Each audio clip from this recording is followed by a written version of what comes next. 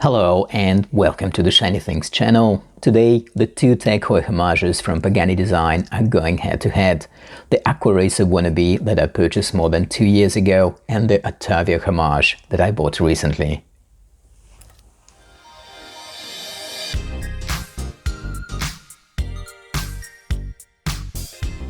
Hi and welcome to the channel. If you are new here, please make sure to hit that subscribe button. It does help our channel to grow and bring you more reviews.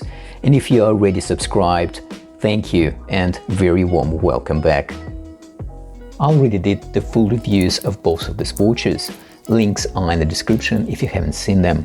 So in this video, I will compare these two homages in each key category: case, dial, bracelet and so on. Of course, we will get to the final score. However, as the saying goes, the devil is in the details.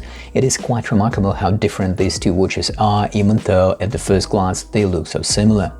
If you consider purchasing one of them, I hope this will be helpful to you to make an informed decision. As a note, the scoring system that I will use is based on my fully scientifically developed and very much subjective, personal, opinionated approach. So there is a high chance that you might disagree with me. Well, in that case, please let us know in the comments below what scores you would give to each of these categories. With all of this out of the way, make yourself comfortable, sit back and let's begin. In terms of packaging, both watches come in the same type of package. The important part here for me is that packing is fit for purpose. In other words, in my opinion, it provides adequate protection from knocks and bumps during the transportation and also is presentable enough so you could consider giving this watch to someone as a present.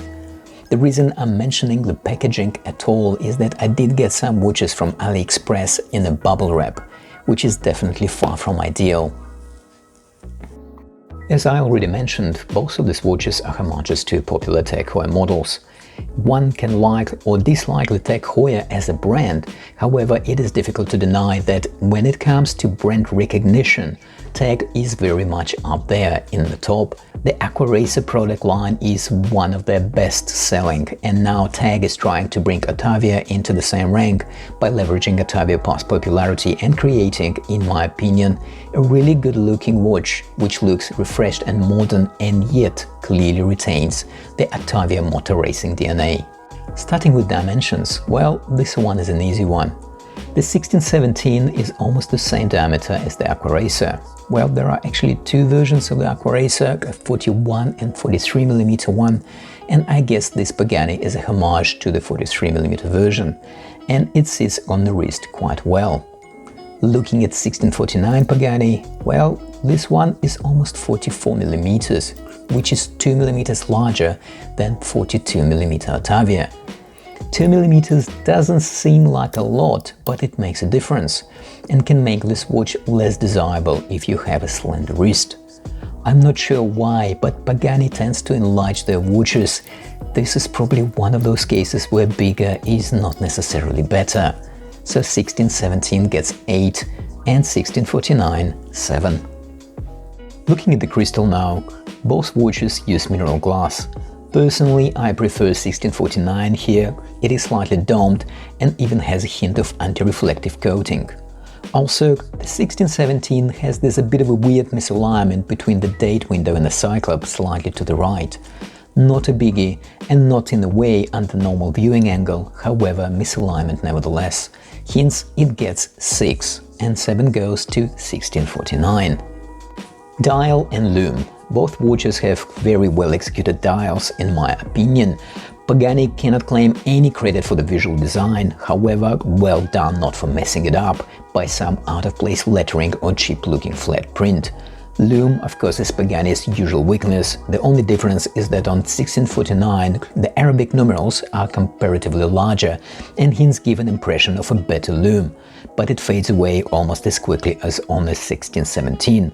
Here, these two are side by side with the Vostok Amphibia from my full review video. Again, this is my subjective opinion and I'm awarding 7 to 1617 and 8 to 1649.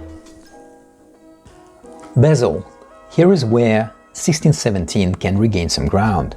Both bezels have quite a backplay, however, the 90-click 1617 bezel has a ceramic insert, and it looks as good as it was 2 years ago when I bought it. It also nicely aligns with the dial chaptering, and the color matches the dial very well.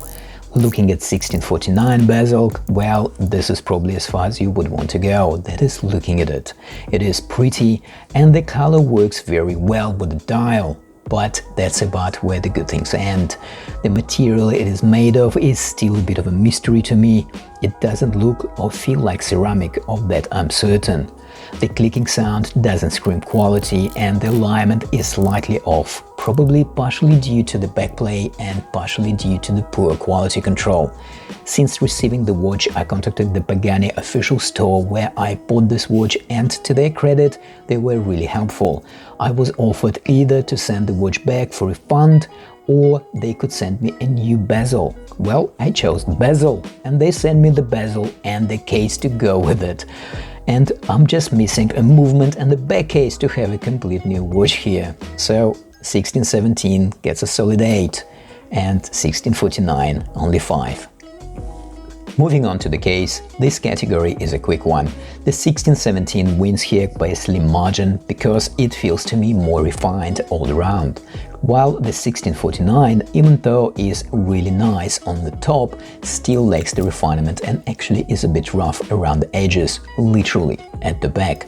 As I mentioned in my full review of the 1649, this doesn't bother me that much, however, it evidently can be annoying to some users.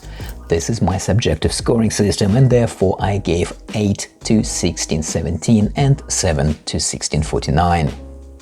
In movement category, the 1617 has a Seagull ST6 movement, which is okay. It did last me more than 2 years so far and is still going strong, but the NH35 in the Autavia Homage feels so much more refined and robust. That is not to say that Seagull does not produce quality movements, they do, but the ST6 is the entry-level workhorse movement for the entry-level watches, while Seiko NH35 can be found in much more expensive watches. While scoring this category, I decided to weight it double because, in my opinion, movement is a big part of what can make or break, so to speak, the watch. Looking at the bracelets, both bracelets are pretty good. Solid end links, chunky solid links, milled scissor clasps with snappy double pusher secure locking mechanisms. Those of you who are well familiar with the Tag Heuer watches probably spotted by now that Pagani sort of swapped the clasps here. That is, the Autavia Homage got an Aquaracer style clasp with a diver extension to boot, while the Aquaracer Homage received an Autavia style clasp. However, if you think about this logically, the 1649 is actually more likely to be dipped in the water with a 100-meter water resistance than the 30-meter water resistance 1617 watch. Both bracelets are of good quality for the given price point. My only complaint here is with the 1617 bracelet, it doesn't offer any macro adjustments and the end links do not sit flush with the case, which by the look of it should have been easily avoided. That's why I only gave 7 to 1617 and 8 to 1649. So, how does it feel to wear? After wearing the 1617 for 2 years, I can attest to the fact that it is quite comfortable, and despite its large size, it goes well under the cuff and it also goes well with the weekend t-shirt. The watch weighs 165 grams after I removed the links to adjust to my 7-inch wrist, so make no mistake, it is on the chunky side and yet it is quite satisfying. Also worth mentioning here that due to its recognizable looks, I had a number of comments and compliments about this watch. The 1649 looks almost the same size on the wrist, although I think it could sit even smaller on the leather strap, which will take away the bracelet protruding end links. So 8 goes to 1617 and 7 to 1649. Customer service category. At first, I wasn't even sure if I should include this category at all. At this price point, is it really relevant, and what exactly do we compare here? Are they both Pagani Design watches? Well, yes, they are both Pagani Design. However, for some reason the 1617 is only available from the third-party sellers on AliExpress, while Pagani Design 1649 is listed on the official Pagani Design store page. If anyone knows the reason, please let us know in the comments below. In the meantime, I've got to say that the service I've got from Pagani Design official store was pretty good, and the dispatch time was pretty quick as well. Of course, the delivery times depend very much on the international and local postal services, so we cannot judge Pagani Design on that. The sellers were normally very responsive to my queries and questions, so solid 3 and 4 here. Just in case you're wondering why so low, well, let's see. If we take Amazon as a baseline at 10 points, I hope you catch my drift.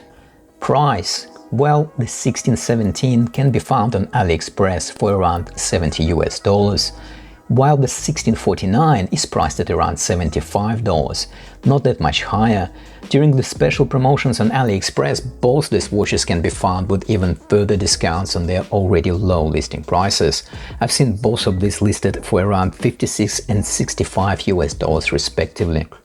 Both watches are ranked high in this category due to, in my opinion, a ridiculously low price. The 1617 has a slight edge though, but only just by 1 point. Right, drum roll! Well, here you have it. The 1649 wins, but only just, and mostly due to the Seiko and H35 movement. So which one should you buy? This is a tough one. Maybe both? After having a SUBMARINER homage for each day of the week, these watches could provide that little something different and refreshing.